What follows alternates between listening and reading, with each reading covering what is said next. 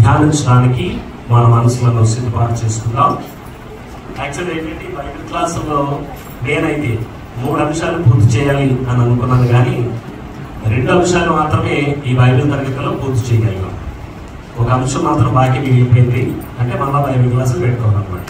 ప్రభు చిత్తమై దేవుడు మళ్ళా మనకు అవకాశం ఇస్తే ఆ బైబిల్ తరగతిలో ఆ విషయాన్ని బోధిస్తాను. నేను చెప్తున్నటువంటి పాఠం ఏంటంటే, విగ్రహాలకు బలిగా అర్పించిన వాటిని మనం తినవచ్చా తినకూడదా? ఇది చాలా భయంకరమైనటువంటి సబ్జెక్ట్ గా తయారైపోయింది. ఎక్కడ చూసినప్పటికీ డిబేట్లు, ఎక్కడ చూసినప్పటికీ గొడవలు, ఎవరి దగ్గర చూసినప్పటికీ వాగ్వాదాలు చెలరేగిపోతున్నాయి. నిజానికి చెప్పాలి అని అనుకున్నట్లయితే, ఆలోచించాలి అని అనుకున్నట్లయితే ఇది పెద్ద సబ్జెక్ట్ కాదు. పెరిగిన క్రైస్తవుడికి, ఉన్నతమైనటువంటి స్థితిలో ఉన్నటువంటి క్రైస్తవుడికి అసలు ఇది ఏ రకమైనటువంటి అంశమే కాదు, చాలా తేలికైనటువంటి అంశం. చాలా తేలికగా దీని గురించి అవగాహన చేసుకోవచ్చు, సున్నితంగా దాన్ని ఆలోచించవచ్చు, ఆత్మీయంగా మనం మేలు పొందవచ్చు. కానీ బోధకులలో మనుషులకి ఒక ఆలోచన ఏంటంటే, నేను జ్ఞానవంతుడిని అని నిరూపించుకోవాలి అనేటువంటి కోరికలు ఎక్కువ వచ్చేస్తాయి.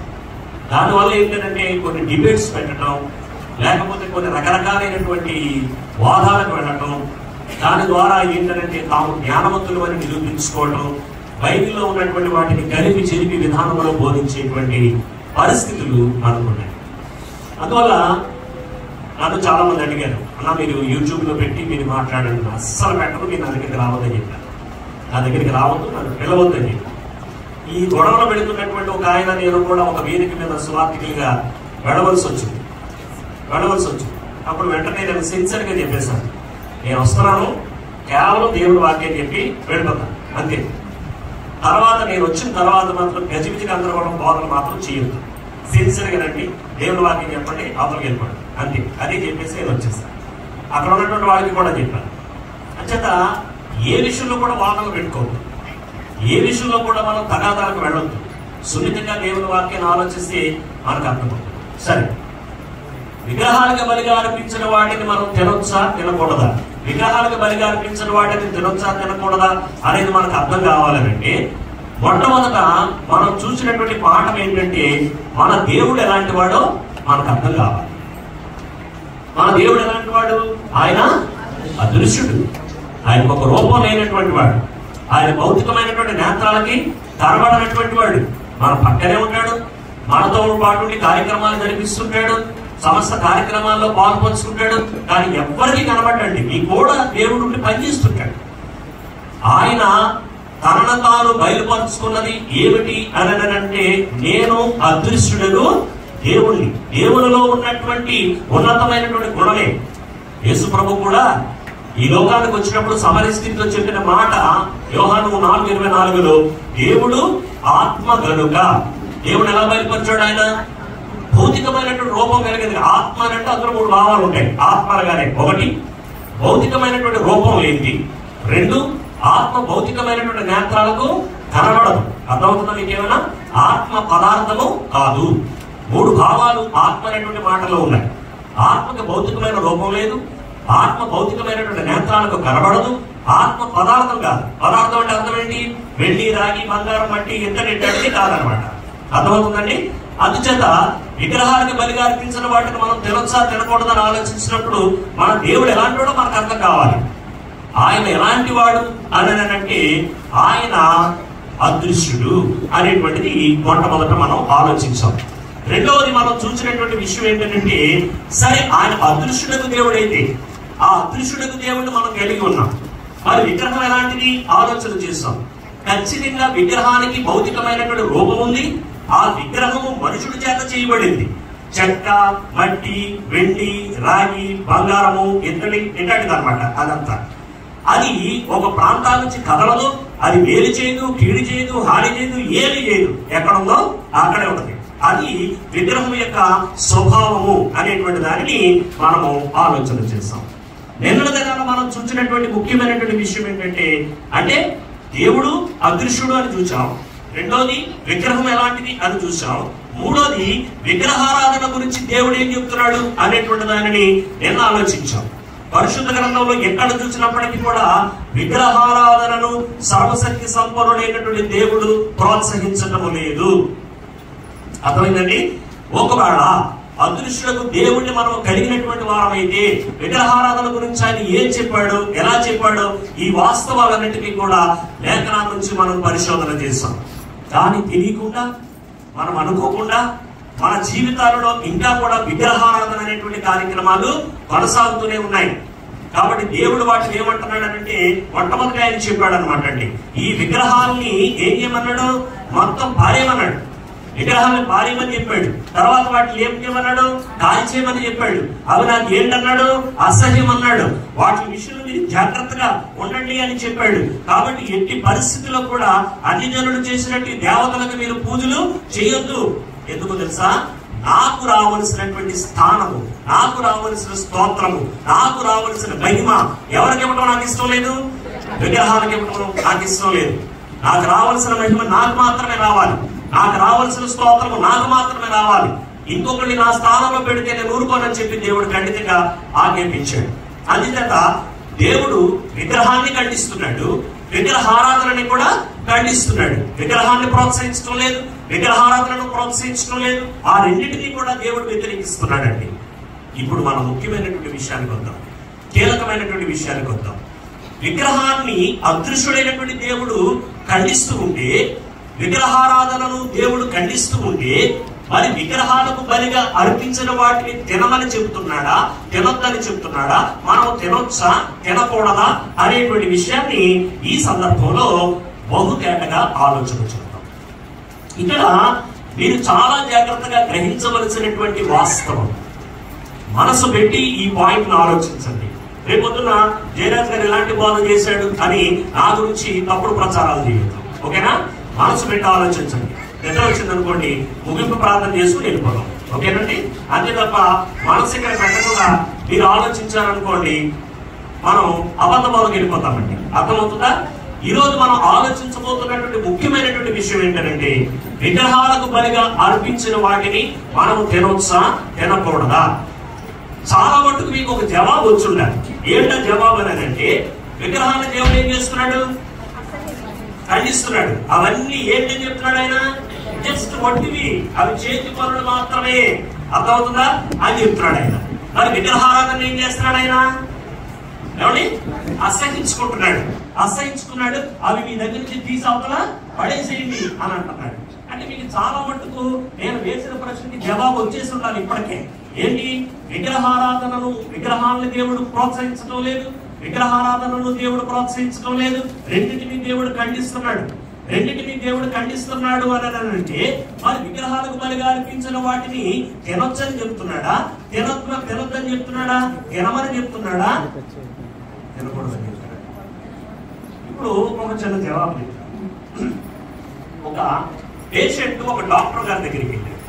ఒక పేషెంట్ ఒక డాక్టర్ గారి దగ్గరికి వెళ్ళాడు.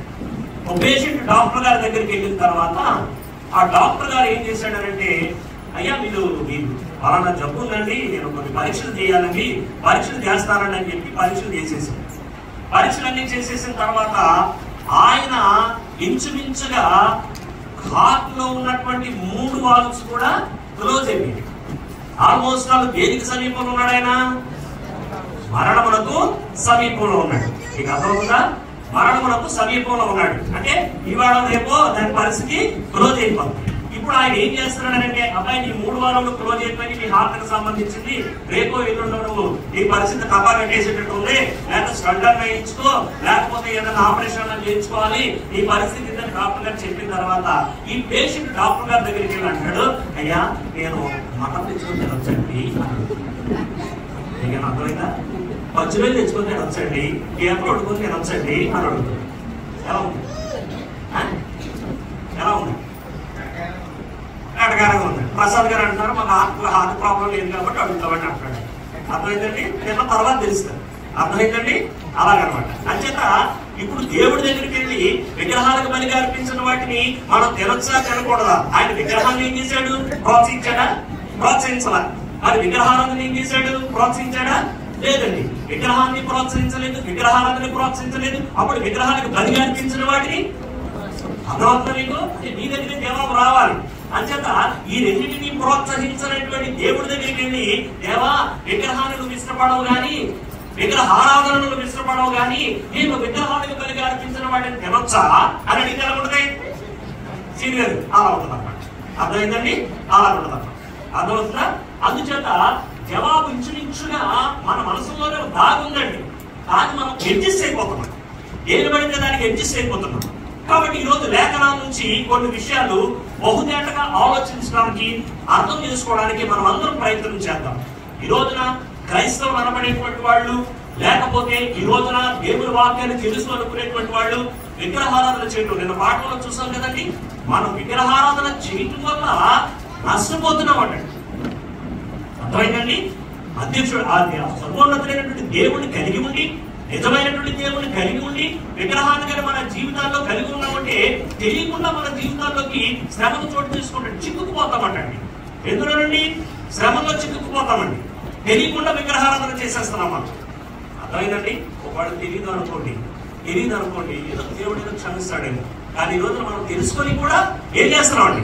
విగ్రహారాధన కార్యక్రమాలు చేసేటువంటి సందర్భాలు కొనసాగిస్తున్నామండి. అంత భయంకరమైనటువంటి పరిస్థితులు ఉన్నాయి. సరే, విగ్రహానికి బలిగా అర్పించిన వాటిని తినొచ్చా తినకూడదా అనేటువంటి విషయం జాగ్రత్తగా మనం దేవుని యొక్క వాక్యం నుంచి ఆలోచిద్దాం. దానికి ముందు నేను కొన్ని విషయాలు మీకు చెప్తాను. బహుజంటగా వీటిని అర్థం చేసుకోండి. బహుజంటగా తినొచ్చా తినకూడదా అనేటువంటిది రెండు విషయాలు. బైబిల్ గ్రంథంలో రెండు విషయాలు మనకు కనబడతాయి.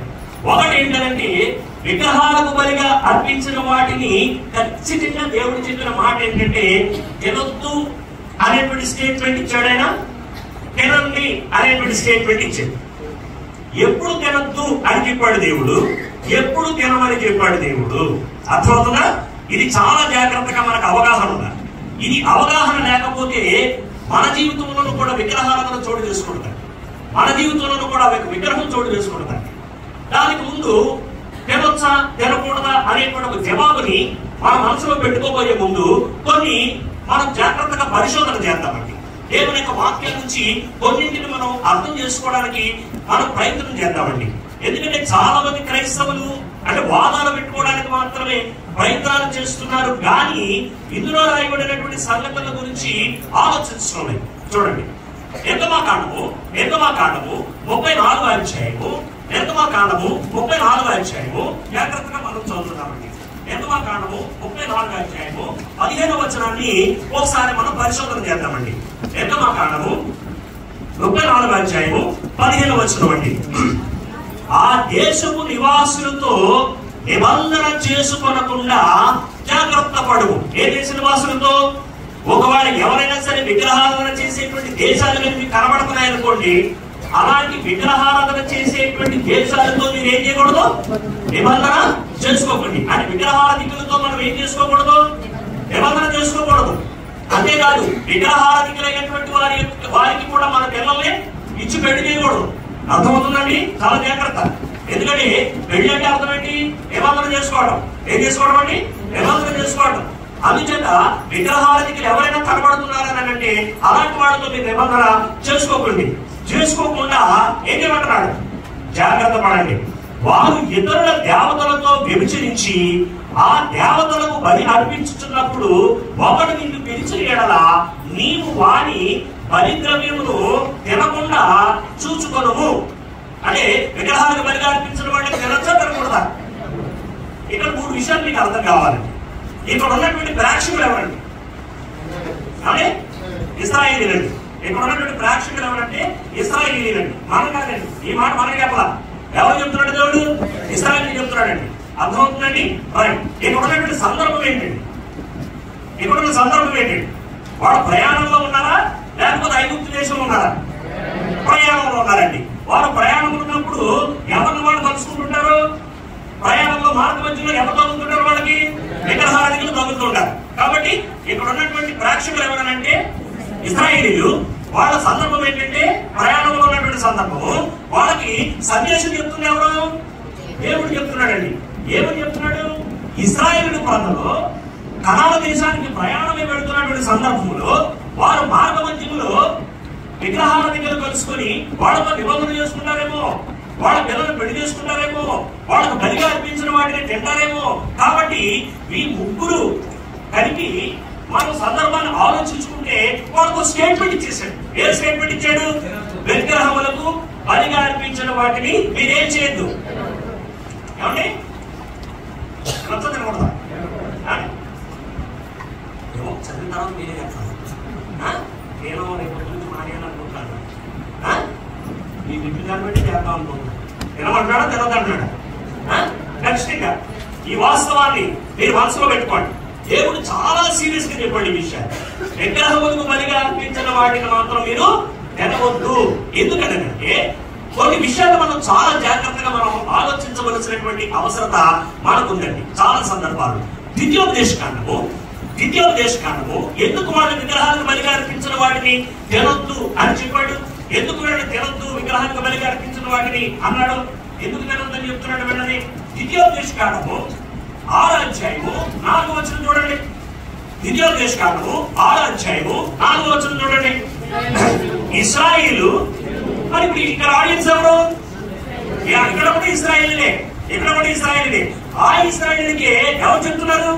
దేవుడు చెప్తున్నాడు. ఇశ్రాయేలు వినుము, మన దేవుడిని యెహోవా అద్వితీయుడగు యెహోవా అని ఏం చెప్తున్నాడండి? విగ్రహములకు బలిగా అర్పించిన వాటిని ఎందుకు తినొద్దని చెప్తున్నాడు? మన దేవుడుకు యెహోవా అద్వితీయుడు అంటే అంటే తెలుగులో చెప్పండి సార్, నాకు ఇంగ్లీష్ రాదు సార్. అర్థమవుతుందా? ఎందుకు తినొద్దు అంటున్నాడు?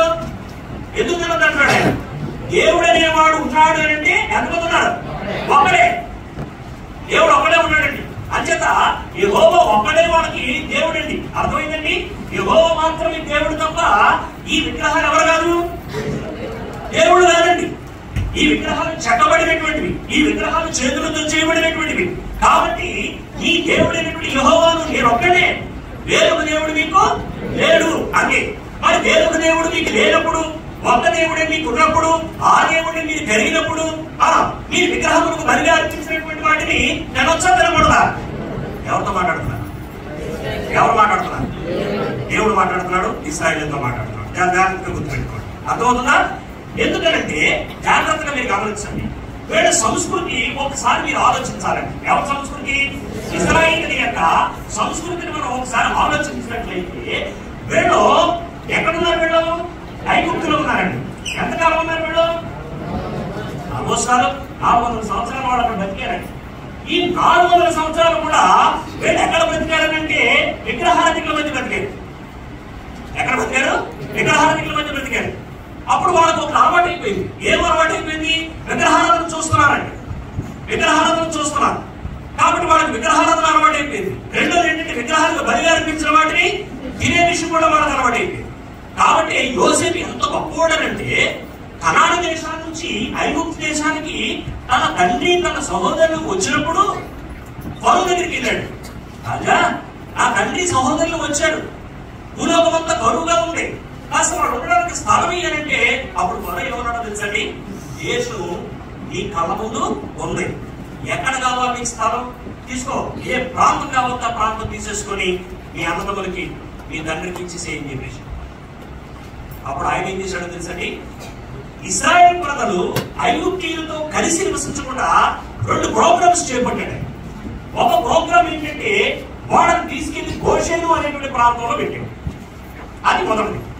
రెండోది ఏంటంటే అబ్బాయిలు మీరు గోషెలో ఉండండి, మీరు ఉండడానికి అవకాశం ఉందా? గోషెల్లో లేదు. మీరు ఎక్కడ ఉండాలి? దాని మందిరంలో ఉండాలి. ఐగుప్తులు గోషెలో ఉండండి. ఐగుప్తులు ఎవరైనా వచ్చి మీతో ఏ ఉద్యోగం చేస్తున్నారు అని అడిగితే గొర్రెలు రాసుకుంటున్నారని చెప్పండి. ఎందుకంటే గొర్రెల కాపరులతో ఐగుప్తీయులు ఏం చేయరు? సాంగత్యం చేయరు. ఈ 2 విషయాలు చాలా స్ట్రిక్ట్ గా చెప్పాడు. ఎవరు? యోసేపు. కాబట్టి చెప్పి ఏం చేశాడంటే వాళ్ళని దూరంగా పెట్టాడు ఐగుప్తీయులు. కానీ ప్రభావం పడకుండా ఉంటుందా? పడకుండా ఉండదు. ఈ ప్రభావము ఎవరి మీద పడిందనంటే ఇశ్రాయేలుకు పడింది. అంచేత ఈ ఐగుప్తు దేశాల నుంచి కూడా వాళ్ళు ఏం చేశారంటే విగ్రహారాధన నేర్చుకున్నారండి. విగ్రహారాధన నేర్చుకున్నారు. విగ్రహానికి బలిగా అర్పించిన వాటిని తినే కార్యక్రమాల గురించి వాళ్ళు నేర్చుకున్నారు. కానీ దేవుడు వాళ్ళకి ఏం చెప్పాడు? నిర్గమకాండము 19వ అధ్యాయము ఓ మాట చెప్పాడండి వాళ్ళకి. నిర్గమకాండము 19వ అధ్యాయంలో ఆయన ఒక మాట ప్రత్యేకంగా వాడికి చెప్పాడండి. 5వ వచనంలో ఎంత మాట్లాడము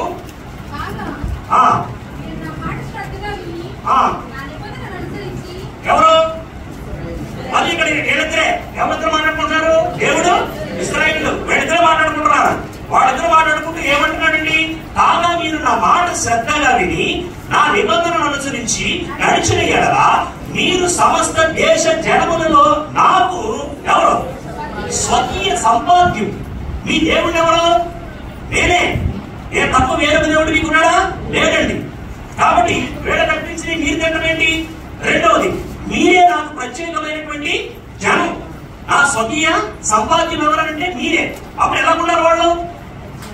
వాళ్ళు విగ్రహారాధన చేస్తున్నారు, మీరు విగ్రహారాధన చేస్తున్నారు. యెహోవా దేవుడు కలిగినటువంటి మీరు విగ్రహారాధన చేస్తున్నారు, యెహోవా దేవుడు కలిగిన వాడు విగ్రహారాధన చేస్తున్నాడు. ఏంటి ప్రత్యేకత?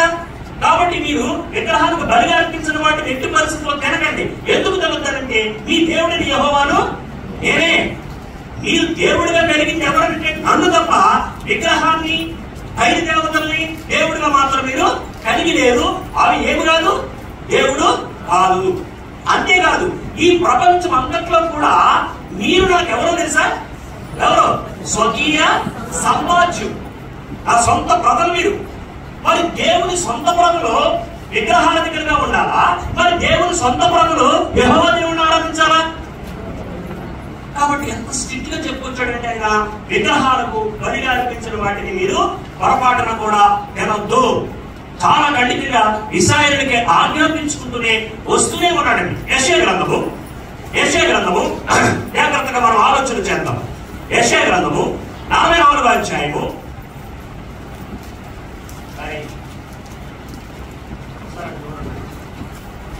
44వ అధ్యాయము 8 నుంచి కొన్ని వచనాలు మనం చదువుతామండి.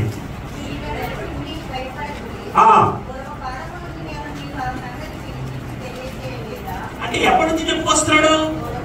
పూర్వకాలం నుంచి కూడా దేవుడు వారికి ఒక వాస్తవాన్ని చెప్పుకుంటూ వస్తున్నాడు. ఏ వాస్తవాన్ని చెప్తున్నాడు? మీరు విగ్రహాల జోలికి పోకండి, మీరు విగ్రహారాధన చేయకండి, మీరు విగ్రహాలకు బలిగా అర్పించిన వాటిని ఏంటంటే అర్థమవుతుందండి. ఈ వాస్తవాన్ని ఎప్పటికప్పుడు దేవుడు వారికి చెప్పుకుంటూనే వస్తున్నాడు. మళ్ళా ఇప్పుడు యెషయా వచ్చిన తర్వాత ఏమంటున్నాడంటే, మీరు వెరవకుడి, భయపడకుడి, పూర్వకాలము నుండి నేను నీకు ఈ సంగతి వినిపించి తెలియజేయలేదా? చెప్పలేదా దేవుడు? ఎప్పటి నుంచి చెప్పుకుంటూ వస్తున్నాడు? ఉదాహరణకి రాత్రి మనం చూచాం, యాకోబు ఏం చేశాడు? బేతేలు దగ్గరికి వెళ్ళి మనం యెహోవా దేవునికి మనం బలిపీఠాన్ని కట్టాలి అనుకున్నాడు. అప్పుడు ఏమన్నాడు? మీ దగ్గర ఉన్నటువంటి బయలుదేరుతున్న యొక్క విగ్రహాల్ని ఏం చేయాలి? పడేసేయండి. ముందు పడేయండి మాత్రమే కాదు, మిమ్మల్ని మీరు ఏం చేయాలి? శుభ్రం చేసుకోండి. శుభ్రం చేసుకోవడం మాత్రమే కాదు, మీరు చేతితో పట్టుకున్నప్పుడు వేసుకున్న బట్టలు చూసారా, ఆ బట్టలు కూడా మార్చుకోండి.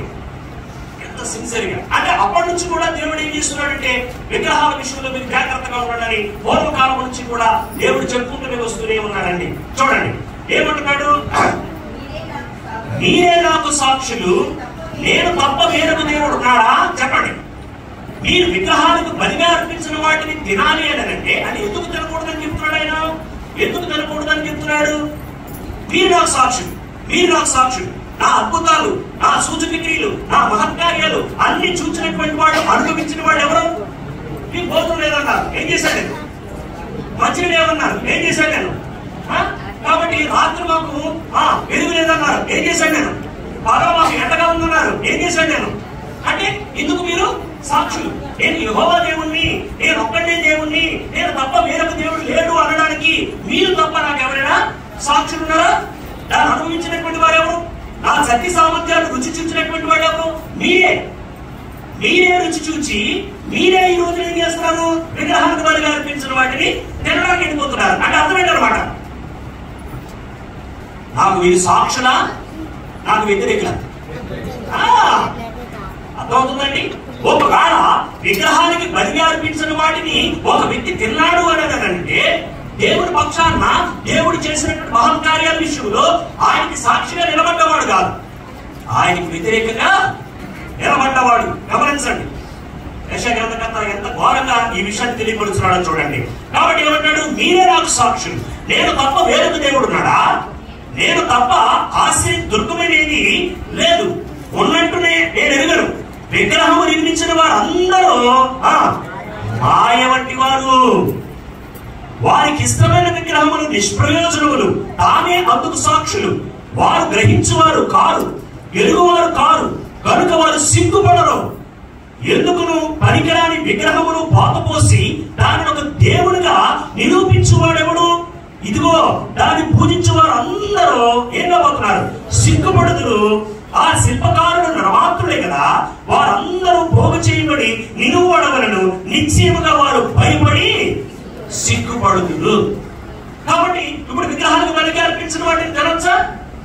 ఆ విగ్రహాన్ని చేసిన వాడు సిగ్గుపడబోతున్నాడు, ఆ విగ్రహాన్ని తయారు చేసిన వాడు అవమానపోతున్నాడు. కానీ నేను చేసినటువంటి అద్భుతాలు అనుభవించడానికి మీరే సాక్షులు, నేను చేసిన సూచనలు అనుభవించడానికి మీరే సాక్షులు. మీరు వాటన్నింటిని అనుభవించిన వాడు. వాళ్ళకి ఏమైనా తెలుసా? తెలియదు కాబట్టి వాడు ఏం పట్టుకొస్తున్నారు? వాడు విగ్రహాన్ని పట్టుకొచ్చి నేను పెట్టుకుంటున్నాను. మరి మీరేం చేశారు?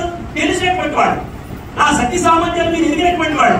మరి నా శక్తి సామర్థ్యాలు ఎదిగినటువంటి మీరేం చేస్తున్నారంటే ఆ తెలిలో నేను చెక్క పట్టుకెళ్ళి ప్రూవ్ చేసుకుంటున్నానంటే నాకు వదిలిపెట్టేసి మరి మీరేం చేస్తున్నారు?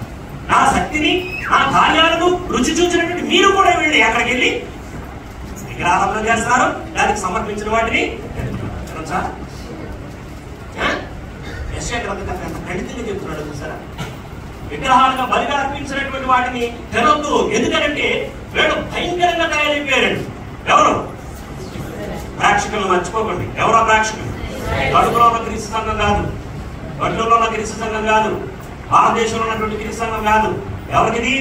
కేవలం ఇశ్రాయేలుతో సర్వశక్తి సంపూర్ణమైనటువంటి దేవుడు మాట్లాడుతున్నటువంటి మాటలు. వాస్తవాన్ని చాలా జాగ్రత్తగా మీరు గమనించాలని ప్రభువులందరూ నేను కోరుతున్నాను. ప్రజలు విగ్రహాలని బలిగా అర్పించిన వాటిని తింటున్నారంటే ఎందుకు తినొద్దని చెప్తున్నాడు? ఒకసారి చూడండి, యేసు ప్రభువు ఈ లోకానికి వచ్చినప్పుడు మార్క్సు వార్త 12వ అధ్యాయము 29వ వచనంలో ఆయన ఒక మాట చెప్తున్నాడండి. మార్క్సు వార్త 12వ అధ్యాయము 29వ వచనాన్ని ఒకసారి మనం చూద్దామండి. అందుకు యేసు ఏదండి ప్రధానమైనదంటే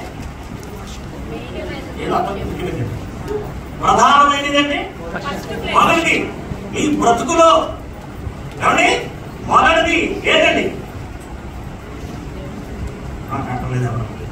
మన జీవితంలో మొదటిది ఏదండి? అంతేనండి, నిజమేనా? ఇలా మనం మాట్లాడుతున్నాం. దేవుడు అంట ఒక గంట నేను ఎక్కువ వాక్యం చెప్పడం అంటే కూర్చుంటాడమే కూర్చున్నారా? అయిపోతాడు ఎవరన్నా అలాగనమాట. ఎవరండి? మన జీవితంలో ప్రధానమైనది చూడండి, ఎంత గొప్ప మాట వేసుకున్నాడు.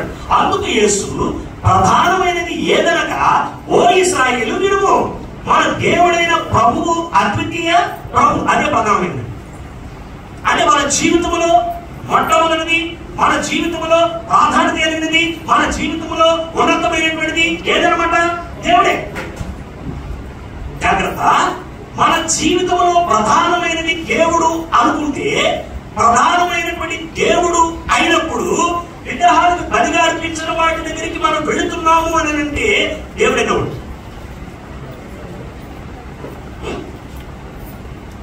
ఎన్నవాడు మాట్లాడతాం.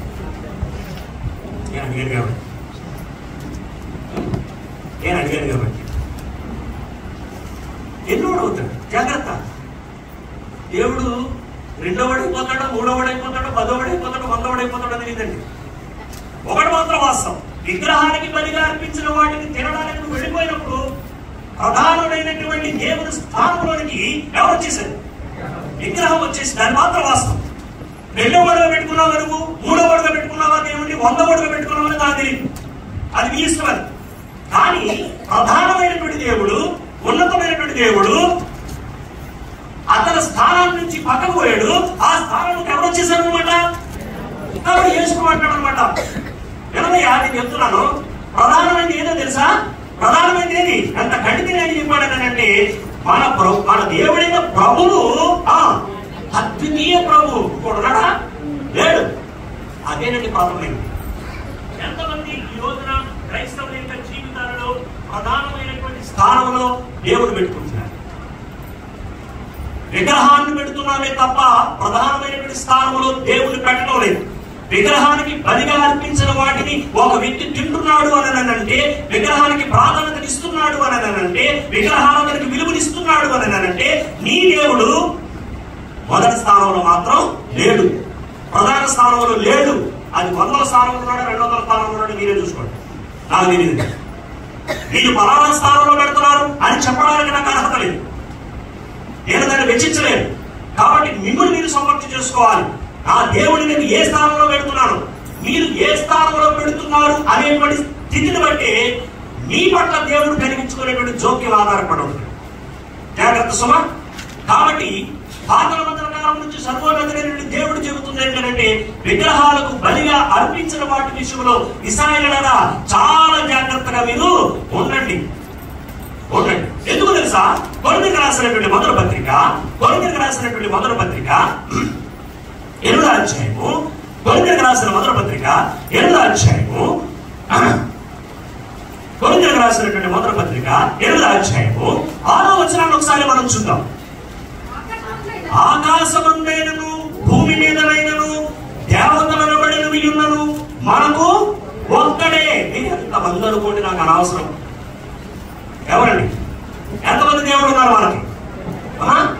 ఎంతమంది అండి? ఒక్కడే దేవుడు, ఒక్కడే దేవుడు. ఎవరి? ఆయన తండ్రి.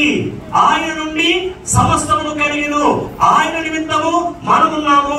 మరియు మనకు ప్రభు ఒక్కడే, ఆయన యేసుక్రీస్తు. ఆయన ద్వారా సమస్తమును కలిగిను, మనము ఆయన ద్వారా కలిగినము. సమస్తమునకు ఎంతమంది? ఒక్కడే. ఎవరైనా మరి ఒక్కడే అయితే దీంట్లో ఎందుకు వెళ్ళవలసి వచ్చింది? మనం ఆ ఒక్కడైనటువంటి దేవుడి దగ్గరికి వెళ్ళవలసి వచ్చింది. వారు వెళ్ళాలి తప్ప విగ్రహాలతో మనకు మరేంటి?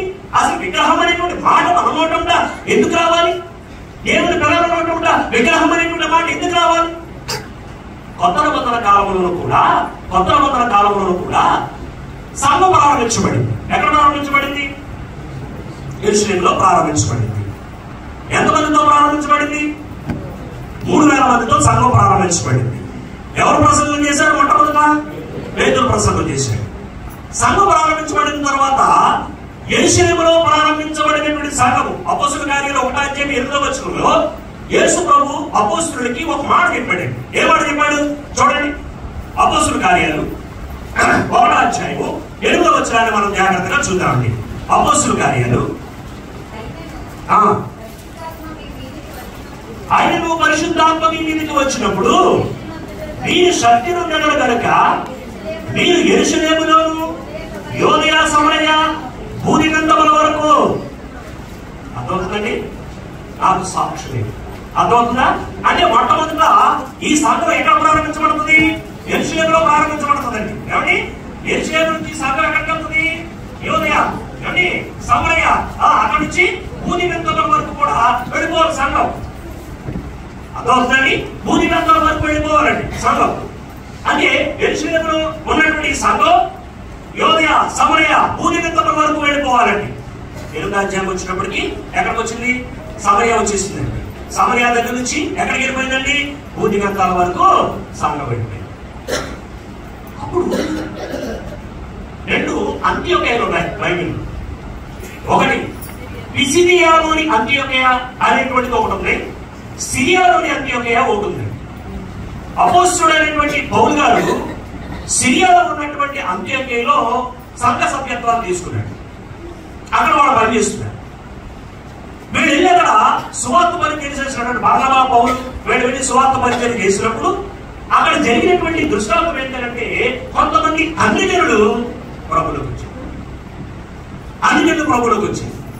అప్పుడు యూదులు ఏం చేశారంటే ఒక భారం వాళ్ళ మీద పెట్టారు. ఏమిటా భారం? అబ్బాయి, అన్యజనులు ఏంటంటే మీరు బాప్తిస్మం పొందేసి క్రైస్తవులు అయిపోయినంత మాత్రం సరిపోదు, మీరందరూ సున్నత పొందాలన్నాడు.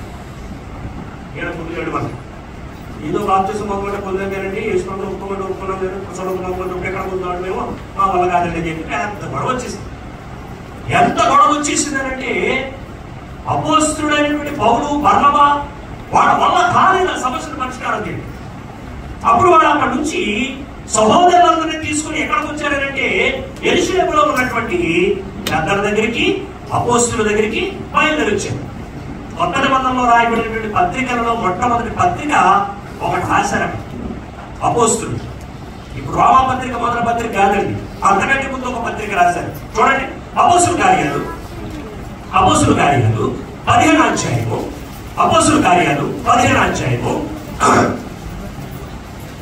20వ వచనాన్ని ఒకసారి చూద్దామండి, లేకపోతే 19వ వచనం నుంచి చూద్దాం. కాబట్టి అన్ని జనుల నుండి దేవుని వైపు తిరుగుతున్న వారిని మనము కష్టపట్టక, అర్థమవుతుందండి? అన్ని జనుల నుంచి ప్రభువులకు వచ్చారు, వాడు మీరు కష్టపెట్టకండి.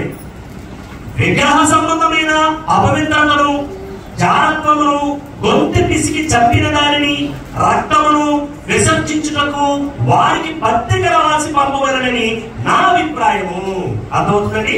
యాకోబు గారు మాట్లాడండి, యోహాన్ గారు మాట్లాడండి, ఈ సహోదరులందరూ కూడా అక్కడ మాట్లాడి వాడు ఏం చేశారు అంటే, ముందు అంత్యోక్యకు ఒక ఉత్తరం రాద్దామా. ఏమిటా ఉత్తరం? విగ్రహ సంబంధమైన వాటిని తినే విషయంలో కానీ, అపవిత్రత విషయంలో కానీ, జాగ్రత్త విషయంలో కానీ, గొంతు విసుగు చంపి తినే విషయంలో కానీ, రక్తమును విసర్జించే విషయంలో కానీ, దీనన్నిటికీ సంబంధించి ఒక ఉత్తరం రాసి వాళ్ళకు మనం పంపిద్దాం అని చెప్పారు. 28-29 వచ్చిన విగ్రహములకు అర్పించిన వాటిని, రక్తమును, గొంతు పిసికి చంపిన దానిని, జారత్వమును విసర్జింపవలెను అని విగ్రహాలకు బలి అర్పించిన వాటిని అంత్యకులను వాటిని తినమన్నాడా తినొద్దన్నాడా? అర్థమవుతుంది? మీకేమన్నా అర్థమవుతుందండి? తినమన్నాడా తినొద్దన్నాడా? ఇప్పుడు అపోస్తులు ఇక్కడ చెప్తున్నారు, విగ్రహాలకు బలిగా అర్పించిన వాటిని మీరు ఎటువంటి పరిస్థితుల్లో కూడా ఏం చేయదండి, తినదు. ఎందుకంటే ఇప్పుడు వాళ్ళ పరిస్థితి ఏమిటంటే, విగ్రహానికి బలిగా అర్పించిన వాటిని తినేసే ప్రోగ్రాం జరుగుతుంది. అన్నిలో నుంచి వాళ్ళు ఏం చేశారు? ప్రభుత్వం వచ్చినప్పుడు వాళ్ళు అందుకని ఉత్తరం రాద్దాం, విగ్రహానికి బలిగా అర్పించిన వాటిని తినకుండా ఉండే నిమిత్తం ఒక ఉత్తరం రాద్దాం అని చెప్పారు. తర్వాత మరొక విషయాన్ని మనం జాగ్రత్తగా చూద్దాం. 21వ అధ్యాయము, అపోస్తుల కార్యాలు 21వ అధ్యాయము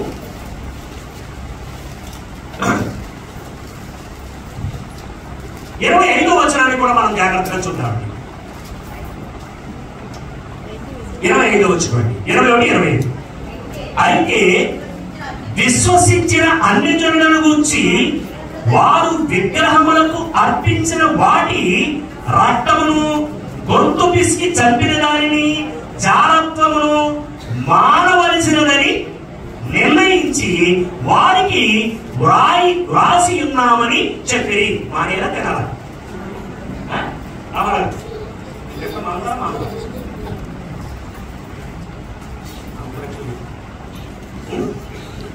విగ్రహాలకు బలిగా అర్పించిన వాటిని తినటం మానవని మేము ఉత్తరం రాసి వాడికి పంపిస్తాం.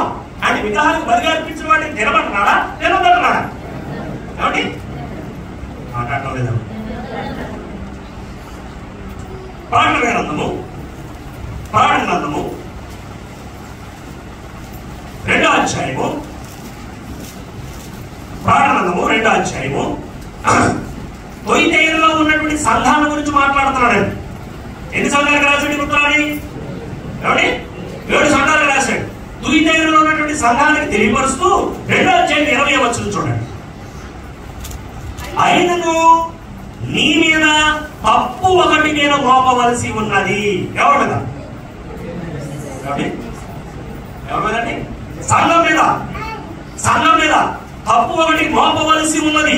ఏమిటా తప్పు? తాను ప్రవక్తినని చెప్పుకొనుచున్న యెజబెలు స్త్రీని నీ ఉండనిచ్చుచున్నావు. జారత్వము చేయుటకును, విగ్రహములకు బలి ఇచ్చిన వాటిని తినుటకును అది నా దాసులకు బోధించుచు వారిని మోసపరుచుచున్నది. సంఘం ఎవరున్నారు? ఏ సంఘం? తుయితైర స్థానిక సంఘంలో యెజబెలాంటి ఒక ప్రవక్తి బయలుదేరి ఏమని ప్రోత్సహిస్తున్నారట? విగ్రహములకు బలిగా అర్పించిన వాటిని తినే విషయంలో ప్రోత్సహిస్తుంది. కాబట్టి ఇప్పుడు తినమని చెప్తున్నాడు యోహాను గారు, తినదని చెప్తున్నాడు. అర్థమవుతుందా? విగ్రహములకు బలిగా అర్పించిన వాటిని ఎంత క్లియర్ గా ఆయన స్పష్టంగా వివరించాడు. 9వ అధ్యాయము 20-27 వచనాలు కూడా చూద్దామండి. ఈ దెబ్బల చేత ఈ దెబ్బల చేత సావక మిగిలిన జనులు దయ్యములను చూడను వినను నడువను శక్తి లేనివై బంగారు వెండి కంచు రాయి కర్రతో చేయబడిన తమ హస్త కృతములైన విగ్రహములను పూజింపకుండా విడిచిపెట్టునట్లు వారు మనసు పొందవలెను అని ఇక్కడ ఉన్నటువంటి వాడు చేస్తున్నటువంటి పని ఏంటన్నమాట. విగ్రహ క్రైస్తవులు కాదు క్రైస్తవులు. ఈ క్రైస్తవులు విగ్రహారాధన చేసేటువంటి కార్యక్రమం అంటే దేవుని ఆత్మతో సత్యముతో ఆరాధిస్తున్నారు. మళ్ళీ ఏం చేస్తారు? విగ్రహారాధన చేస్తారు. కాబట్టి ఇప్పుడు వాడు విగ్రహారాధన చేయడం మానలేదు. అంటే విగ్రహారాధన చేయడం మానలేదంటే విగ్రహానికి బలిగా అర్పించిన వాడు ఏం చేస్తారు? కాబట్టి ఇప్పుడు మానన్నాడా తినమన్నాడా? ఏమండి పరిశుద్ధ గ్రంథం మీ తేలికగా అర్థం కావడానికి ఈ వాస్తవాలు నేను వివరిస్తున్నాను. దయతో మీరు అర్థం చేసుకోండి. పాత నిబంధన కాలం నుంచి కూడా దేవుడు కొత్త నిబంధన కాలం వరకు కూడా ఇశ్రాయేలీయులైనటువంటి పిల్లలకు కానీ ఆదిలో ఉన్నటువంటి క్రైస్తవులకు కానీ లేకపోతే క్రైస్తవులుగా ఉంటూ కూడా ఇంకా కూడా లోక సంబంధమైనటువంటి వాటిని అనుసరిస్తున్నటువంటి వారందరికీ కూడా చెప్పినటువంటి ఒక కఠినమైనటువంటి నియమం ఏంటంటే విగ్రహములకు బలిగా అర్పించిన వాటిని తినకూడదు.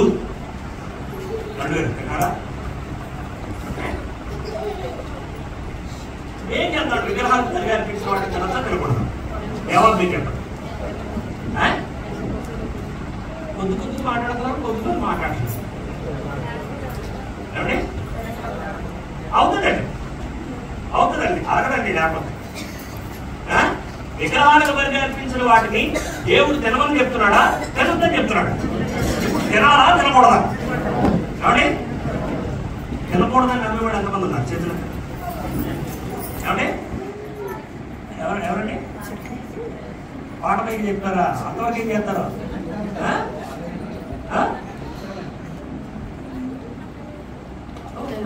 మీరు ఒప్పుకున్నా ఒప్పుకోకపోయినా, అంగీకరించకున్నా, నన్ను అవతల పొమ్మన్నా, నన్ను ఈ ఊరు నుంచి పొమ్మన్నా, ఈ దేశం నుంచి పొమ్మన్నా, కానీ ఈ లోకాల నుంచి పొమ్మన్నా, పాత నిబంధన కాలం నుంచి కొత్త నిబంధన కాలం వరకు కూడా దేవుడు విగ్రహాల విషయంలో చెప్పింది ఏంటంటే, ఒకటి విగ్రహం జోలికి మీరు ఒకటి సీరియస్గా చెప్పాడు.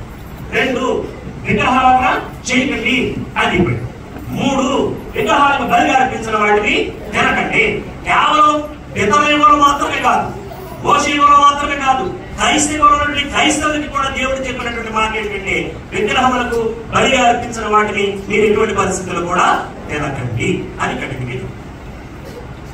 అయితే ఇక్కడ ఒక విషయాన్ని ఆలోచించాలి. 2 సందర్భాలలో మీరు విగ్రహానికి బలిగా అర్పించిన వాటిని తినొచ్చు. 2 సందర్భాలు, 2 సందర్భాలు. అర్థమవుతుందండి? ఈ 2 సందర్భంలో మాత్రమే మీరు విగ్రహములకు బలిగా అర్పించిన వాటిని తినొచ్చు. మీరు అంతటి స్థాయిలో పెరిగిపోయిన క్రైస్తవులైతే ఈ రోజున మన బతికి ఎలా ఉందనంటే, ఒక ఆదివారం ఆరాధనకు వస్తే 2 ఆదివారం ఎగ్గొట్టేటు. విగ్రహాలకు బలిగా అర్పించిన వాటిని తినేటంతటి ఉన్నతమైన విశ్వాసాలు మన దగ్గర పెరిగినాయా? విగ్రహాలకు బలిగా అర్పించిన వాటిని తినేసిన ఏమి పర్వాలేదు అనుకునేటట్టు ఉన్నతమైనటువంటి క్రైస్తవ జీవితాలలో మనం బ్రతుకుతున్నావా? 52 ఆదివారాలు ఉన్నాయంటే ఎన్ని ఆదివారం ప్రార్థన కొత్త మనకు తెలియదు, ఎన్ని రోజులు బైబిల్ చదువుతాం మనకు తెలియదు, ఎన్ని రోజులు ప్రార్థన చేస్తాం మనకు తెలియదు. అది మన బ్రతుకు. కానీ మనం వాదించే వాదం పేరు గురించి తెలుసండి. విగ్రహాలకు బలిగా అర్పించిన వాటిని తినొచ్చు. ఎప్పుడు తినొచ్చు? 2 సందర్భంలో విగ్రహాలకు బలిగా అర్పించిన వాటిని తినొచ్చు అంతే. దాన్ని ఒకసారి చెప్తారు. అంటే పితరులలో కానీ, మోషేయులలో కానీ, క్రైస్తవులలో కానీ దేవుడి పిల్లలకు దేవుడిచ్చిన నియమం ఏంటంటే, ఈ దేవుడిని నేనే, ఇంకో దేవుడు రాడా మీకు లేడు. మీరందరూ ఎవరి ప్రజలు? నా ప్రజలే. కాబట్టి మీరు ఎవరి జోలికి వెళ్ళకూడదు, విగ్రహం జోలికి వెళ్ళకూడదు. ఎవరి విగ్రహాల జోలికి వెళ్ళకూడదు, విగ్రహాలకు బలిగా అర్పించిన వాటిని మీరు వెళ్ళకూడదు. ఖండితుని చెప్పేసి. కానీ రాను రాను ఏమైందంటే, దేవుని పిల్లలు లేక దేవుని ప్రజలు వారి స్థాయిని పెంచుకున్నారు. ఉదాహరణకి అపోస్తలుడైన పౌలు గారు ఉన్నారండి. ఓ మాట్లాడుతున్నాడండి. ఏమంటాడండి? ఓ మాట చెప్పాడు. నేను క్రీస్తును పోలి నడుచుకున్నట్లుగా మీరు నన్ను పోలి నడుచుకోండి. అంటే పౌలు గారు ఏ స్థాయికి వచ్చేసాడు? యేసు స్థాయికి వచ్చేసాడు. అంటే మీరు యేసును చూడకండి, యేసును చూడకండి. ఎవరు చూడాలి? నన్ను చూడండి సరిపోతుంది. అంటే ఏ స్థాయిలో ఉన్నాడండి పౌలు గారు? చాలా ఉన్నత స్థాయిలో ఉన్నాడు. తర్వాత ఎఫెసీ సంఘానికి ఉత్తరం రాస్తాడు, మనం అన్ని విషయంలో క్రీస్తు వలె ఎదుగుదము అంటాడు. అంటే ఎంత స్థాయికి? అన్ని విషయములలో ఎవరు వలె? క్రీస్తు వలె ఎదుగుదము అంటాడు. క్రీస్తు వలె ఎదగటం.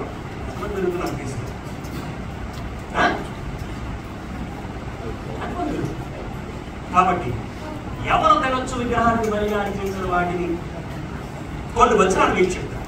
ఆ వచనాలు ఒకసారి మీరు మైండ్ లో పెట్టుకోండి. ఆ వచనాలు మైండ్ లో పెట్టుకొని అప్పుడు మీరు దాన్ని ఆలోచన చేయండి. కొన్ని వచనాలు చెప్తారు చూడండి. కొరింథీయులకు రాసినటువంటి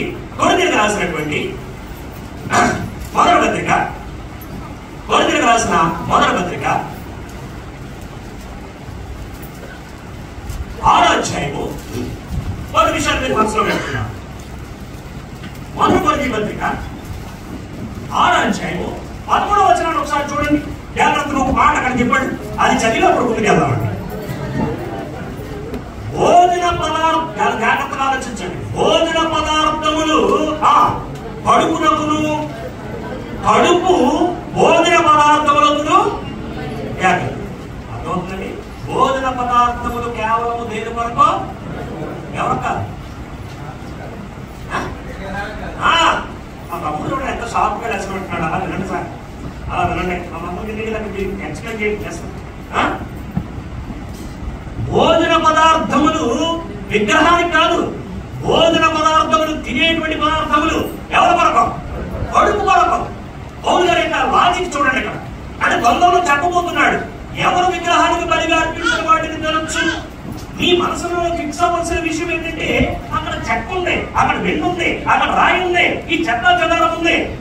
భోజన పదార్థాలకి తీసుకెళ్ళి పెట్టారన్నమాట. ఏంటయా? ఏమీ లేదు అక్కడ.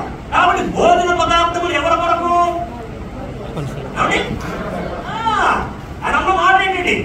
మనం పదం మాట్లాడే అక్కడ భోజన పదార్థములు కడుపునకును, కడుపు అంతే. దాని ఏమనివ్వాలి? మీరు భోజన పదార్థములు మీ కొరకు సృష్టిస్తే, భోజన పదార్థాలు మీ కొరకు ఏర్పాటు చేస్తే, మీ కడుపుని భోజన పదార్థాల కొరకు ఏర్పాటు చేస్తే, ఈ భోజన పదార్థాలు బట్టి మీరెక్కడ ఉన్నారు? ఏమండి? దేవుడు భోజన పదార్థాలు పెట్టిన అన్ని సృష్టించింది ఎవరి కొరకు? ఎవరు తిన్నారు? మీరు. ఏం చేయాలి? మీకు విత్తనమిచ్చేటువంటి చెట్లను, ఫలవృక్షాలని అన్నిటిని ఇచ్చాను. ఇవన్నీ మీకు ఏమవుతాయి? ఆహారం అవుతాయి. ఆహారం అవుతాయి. మీరు సమృద్ధిగా వాటిని తినండి. జలప్రాణం అయిపోయింది, భూమి అంతా నాశనం అయిపోయింది. అలా కిందకు వచ్చిన తర్వాత మీరు వాడు ఆశీర్వదించి మీరు సమృద్ధిగా భుజించండి. ఎంత చక్కగా చెప్పుకొచ్చాడు దేవుడు. అంటే భోజన పదార్థాలన్నీ కూడా దేవుడు సృష్టించింది ఎవరి కొరకనంటే మన కడుపు కొరకు. మన కడుపు అన్నది ఎందుకు కొరకనంటే దేవుడు సృష్టించినటువంటి భోజన పదార్థముల కొరకు. అర్థమైందండి? అప్పుడు పొద్దులేదంటే ఏమని చెప్పాలి? మరి మీరేం చెప్తున్నారు? వీటిని మట్టికి ఎవరి దగ్గర పెడతారు? అలా చెప్పలేదు దేవుడు, అలా చెప్పలేదండి. అది మైండ్లో పెట్టుకోండి, అది మనసులో పెట్టుకోండి. పౌలు యొక్క లాజిక్ చూడండి ఎలా చెప్తున్నాడు. రెండోది ఏంటంటే చూడండి, 12వ వచనం, 12వ వచనంలో ఒక విషయాన్ని చూద్దామండి. ఏమంటున్నాడు? అన్నిటి యందు నాకు స్వాతంత్రము కలదు గాని అన్ని చేయదగినవి కాదు. గుర్తుపెట్టుకోండి, అన్నిటి యందు నాకు ఏముంది? అంటే రామారావు గారు అంటున్నారు, నాకు చొక్కా ఏం చేసుకున్నారు మీరు అంటున్నారు. ప్రసాద్ గారు అంటున్నారు, నాకు చొక్కా చాలా బాగుందండి మీకు అంటున్నారు. మా అల్లు గారు అంటున్నారు, అందుకని అంతకే ఇటు మానేయండి అంటున్నారు. ఇంకేమైనా అర్థమవుతుందా? ఇప్పుడు నేను నల్ల చొక్కా వేసుకునే అధికారం ఉన్నపోతే, తెల్ల చొక్కా వేసుకునే అధికారం ఉంది. ఏ విషయమైనా సరే చేయడానికి నాకేముంది? స్వాతంత్ర్యం. ఏముందండి అక్కడ? స్వాతంత్ర్యము. మనం నిర్బంధించబడినటువంటి వ్యక్తులము కాదు. కాడి నుంచి బయటకు వచ్చేసాం మనం. అర్థమిత్రులు చెప్పినట్టుగా. ఇప్పుడు ఆ సబ్జెక్ట్ కాదు కాబట్టి చెప్పడం లేదు. కాబట్టి మనకి ఏమంటాడు ఇక్కడ? ఒక అద్భుతమైన విషయం చెప్పాడు. అన్నిటి యందు నాకు స్వాతంత్ర్యం కలదు కానీ అన్ని అర్థమవుతుందా? అన్నిటి యందు నాకు స్వాతంత్ర్యము కలదు కానీ అన్ని చేయదగినవి కావు. అన్నిటి యందు నాకు స్వాతంత్రము కలదు కానీ నేను దేని చేతను లోపరచబడను. అవుతుందా? ఈ రెండు విషయాలు మీరు మనసులో పెట్టుకోండి. ఏ సందర్భంలో విగ్రహానికి బలిగా అర్పించిన వాటిని తినమన్నాడు? ఒకటి, భోజన పదార్థములు కడుపు కొరకు, కడుపు భోజన పదార్థముల కొరకు. అర్థమైందండి? మీరు ఎక్కడో తీసుకెళ్లి పెట్టుకున్నారని మాత్రం వాటిని చేయలేదు. అది మాంసం కానివ్వండి, అది చేపలు కానివ్వండి, లేకపోతే అది తిరు పదార్థాలు కానివ్వండి, కూరగాయలు కానివ్వండి, ఏం కానివ్వండి, సోపు కానివ్వండి, లేకపోతే బీరకాయలు కానివ్వండి, ఏ కాయలు కానివ్వండి, అవన్నీ కూడా ఎవరి కొరకనంటే మన కడుపు కొరకు దేవుడు సృష్టించాడు. కడుపు దేనికంటే ఆహార పదార్థముల కొరకు సృష్టించాడు. అయితే ఇక్కడ ఒక విషయాన్ని మీరు మనసులో పెట్టుకోవాలి. అన్నిటి యందు నాకు స్వాతంత్ర్యము కలదు కానీ అన్నీ చేయదగినవి కావు. చాలా జాగ్రత్త. ఏదైనా చేయించలేను, ఏదైనా నేను తెరవచ్చులేను. అర్థమైందండి? కానీ అన్నీ చేయదగినవి కావు అంటే అర్థమైందన్నమాట. ఇప్పుడు విగ్రహాలకు బలిగా అర్పించిన వాటిని నేను తినొద్దు అని చెప్తున్నాడు. కాబట్టి తినొచ్చా, తినకూడదా? తినే హక్కు మీకుంది, తినకూడని పరిస్థితి కూడా మీకుంది. అర్థమవుతుందండి? ఏ సందర్భంలో మీకు తినాలి, ఏ సందర్భంలో మీకు తినకూడదు. రెండు సందర్భాల్లో మీరు విగ్రహాలకి బలిగా అర్పించిన వాటిని తినవచ్చు. ఏ సందర్భము చూద్దామండి జాగ్రత్తగా. 10వ అధ్యాయము కొరింథీయులకు రాసినటువంటి మొదటి పత్రిక, కొరింథీయులకు రాసిన మొదటి పత్రిక 10వ అధ్యాయము 23వ వచనం నుంచి మనం చూద్దామండి. కొరింథీయులకు రాసినటువంటి మొదటి పత్రిక. అన్ని విషయములందు స్వాతంత్ర్యం కలదు కానీ అన్నీ చేయదగినవి కావు. అన్నిటి యందు నాకు స్వాతంత్రము కలదు కానీ అన్నీ క్షమాభివృద్ధి కలుగు చేయవు. జాగ్రత్త సుమతిగా.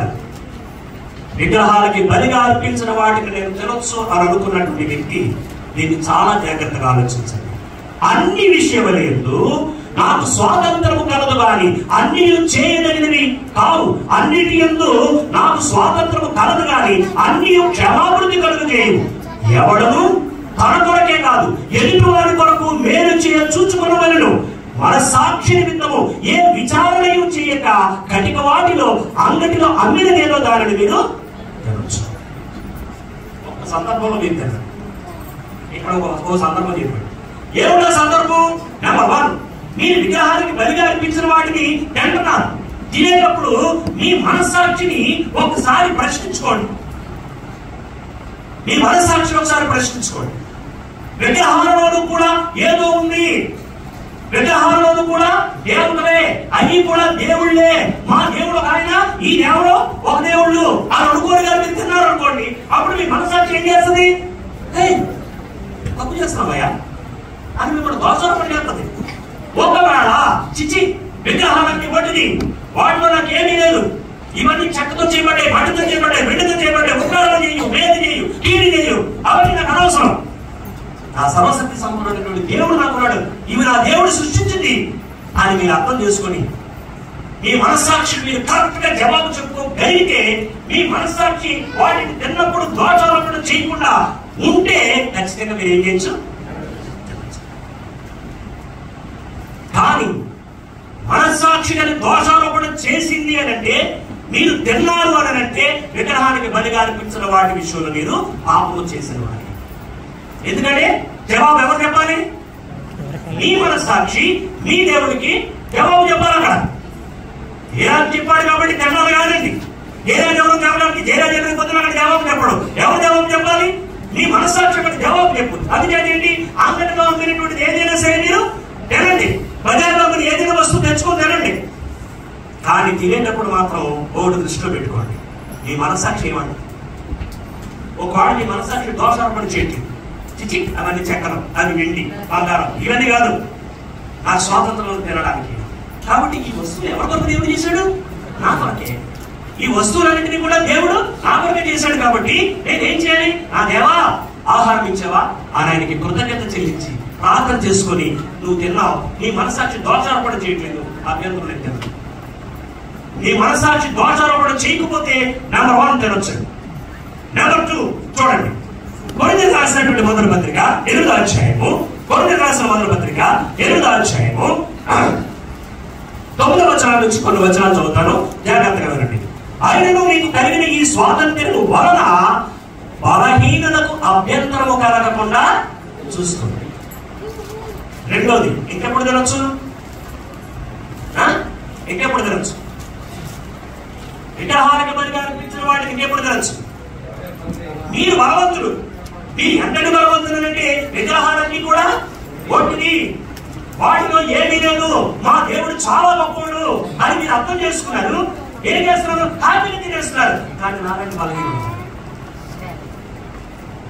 అప్పుడు బలహీనుడు వచ్చి అన్నారు, విగ్రహాన్ని బలి అర్పించినట్టు తింటారండి అన్నాడు. ఏం చేయాలి? మీకు ఏం తెలియదండి అన్నది. అమ్మో, నేను బలవంతుడిని, విగ్రహాన్ని బలిగా అర్పించిన వాటిని తింటున్నాను, నా మనసాక్షి కరెక్ట్ గా చెప్పింది కాబట్టి నా మనసాక్షిని బట్టి నేను తింటున్నాను. కానీ ఓ బలహీనుడు ఏమవుతున్నాడు? అభ్యంతరం పడతాడు. ఆ బలహీనుడు కొరకు ఏం చేయాలండి? ఒకవేళ బలహీనుడు అభ్యంతర పడకపోతే తినండి. బలహీనుడు అభ్యంతర పడకపోతే ఖచ్చితంగా తినండి. ఎందుకంటే కిందకు పోదాం, చూడండి ఒకసారి ఏమంటున్నాడు. 9వ వచనం, అయినను మీకు కలిగి ఉన్న ఈ స్వాతంత్రము వలన బలహీనులకు అభ్యంతరము కలగకుండా చూచుకోనండి.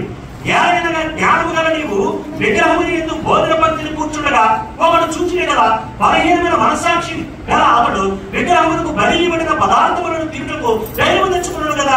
అందువల్ల ఎవరి కొరకు క్రీస్తు చనిపోయాడో ఆ బలహీనుడైన ఆ నీ సహోదరుడు నీ జ్ఞానమును బట్టి దర్శించడు.